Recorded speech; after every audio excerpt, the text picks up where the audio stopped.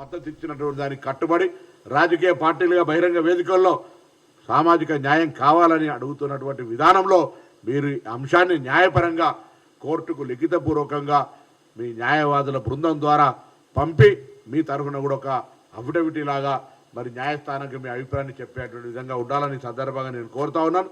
తప్పకుండా తెలంగాణ ఉన్నటువంటి సామాజిక న్యాయాన్ని ఆలోచించిన వాళ్ళందరూ కూడా ఈ బహిరంగ వర్గాల గొంతుకు మద్దతునివ్వాలనేటువంటి మాట సందర్భంగా నేను కోరుతా ఉన్నా. తప్పకుండా నాకు ఆకాంక్ష ఉంది. ఎందుకంటే ఇది ఆచరణ సాధ్యం కాని గొంతెమ్మ కోరిక కాదు. పక్కకు మనకు బార్డర్ అయినటువంటి తమిళనాడులో 69% రిజర్వేషన్తో రాజ్యాంగంలో పొందుపరచబడిన షెడ్యూల్ 9 ద్వారా అమలు జరుగుతూ ఉంది.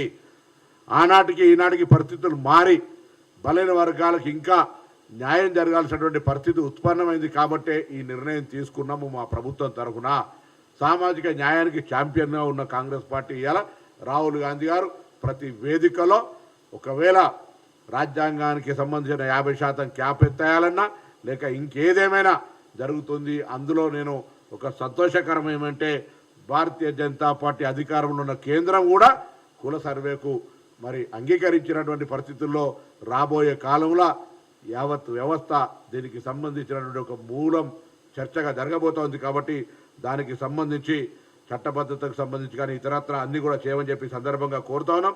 50% మాట్లాడేటోళ్లకు ఒకసారి దేశంలో ఉన్న ప్రతి రాష్ట్రంలో రిజర్వేషన్ల శాతాన్ని గమనించండి. 70, 80, 60, 90% రిజర్వేషన్లు వివిధ రకాలుగా ఉన్నటువంటి పరిస్థితుల్లో 50% క్యాప్ అనేది ఆయా రాష్ట్రాలకు ఉన్నటువంటి ప్రామాణికమైన సర్వే అక్కడ నివసిస్తున్న జనాభాలకు ఆధారంగా ఉంటుంది అనేటువంటి అనేక తీర్పులు ఉన్నాయి. వాటిని ఆధారంగా మా యొక్క ప్రయత్నాన్ని మేము కొనసాగిస్తాం. దయచేసి ఎక్కడ కూడా నేను మళ్ళీ కోరుతా ఉన్నా, నాతో పాటుగా ఉన్నటువంటి దళిత గిరిజన వర్గాలకు సంబంధించి ఎక్కడ కూడా మీకు తోడుగా ఉండే విధంగా మనము అంతా కలిసి ఒక సామాజిక మార్పు విప్లవంలో మీరు కూడా అందరూ సహకరించాలని నేను ఆ మేధావులందరినీ కోరుతా ఉన్నా. ఉదాహరణకు అటు మందకృష్ణ మాదిగ గారు కావచ్చు, ఇటు డాక్టర్ వివేక్ గారు కావచ్చు, మాదిగ సంఘానికి సంబంధించి కావచ్చు, గిరిజనులకు సంబంధించి అందరూ కూడా ఆ నాయకత్వంగా ఎవరైనా ఇది ఒక సామాజిక మార్పుకు మీతో పాటుగా మేము కూడా మీ గొడుగుతో కలిసి పనిచేయడానికి మాకు అవకాశం వస్తే తప్పకుండా మా వాళ్ళు అందరూ కూడా కలిసి గ్రామీణ ప్రాంతాల్లో ఉన్నటువంటి ఒక తెలంగాణ తొలి సామాజిక మార్పుకు శ్రీకారం చుడుతున్న రాష్ట్రానికి మరి మనం ముందుకు తీసుకుపోదామనేటువంటి మాటలు చెప్తూ సంక్షేమ కార్యక్రమాలు అనేకం జరుగుతూ ఉన్నాయి. 42% పట్టుకున్నట్టుగా రేపు పొద్దున ఈ సప్లాన్ తీసుకొస్తాం కావచ్చు, లేదా ఇంకా అనేక దోస్తాం కావచ్చు. కనుక రాజకీయంగా విద్యా ఉద్యోగాల్లో జరిగేటువంటి ఒక అవకాశానికి సంబంధించి మాత్రం తప్పకుండా మరి అందరూ కూడా మరి ముందుకు రావాలని కోరుతూ ఏ రిజర్వేషన్ల ప్రక్రియకు సంబంధించినటువంటి కేటగిరీ అన్నీ కూడా చట్టపరంగా జిల్లా కలెక్టర్ల ద్వారా, ఎన్నికల సంఘం ద్వారా, పంచాయతీరాజ్ డిపార్ట్మెంట్ ద్వారా ఏ సీటు 500 చిల్లర ఉన్న జడ్పీటీసీలు, ఎంపీపీలు, జిల్లా పరిషత్తులు, స్థానిక సంస్థల సర్పంచులు అన్నీ కూడా రిజర్వేషన్లు ప్రకటింపబడ్డాయి.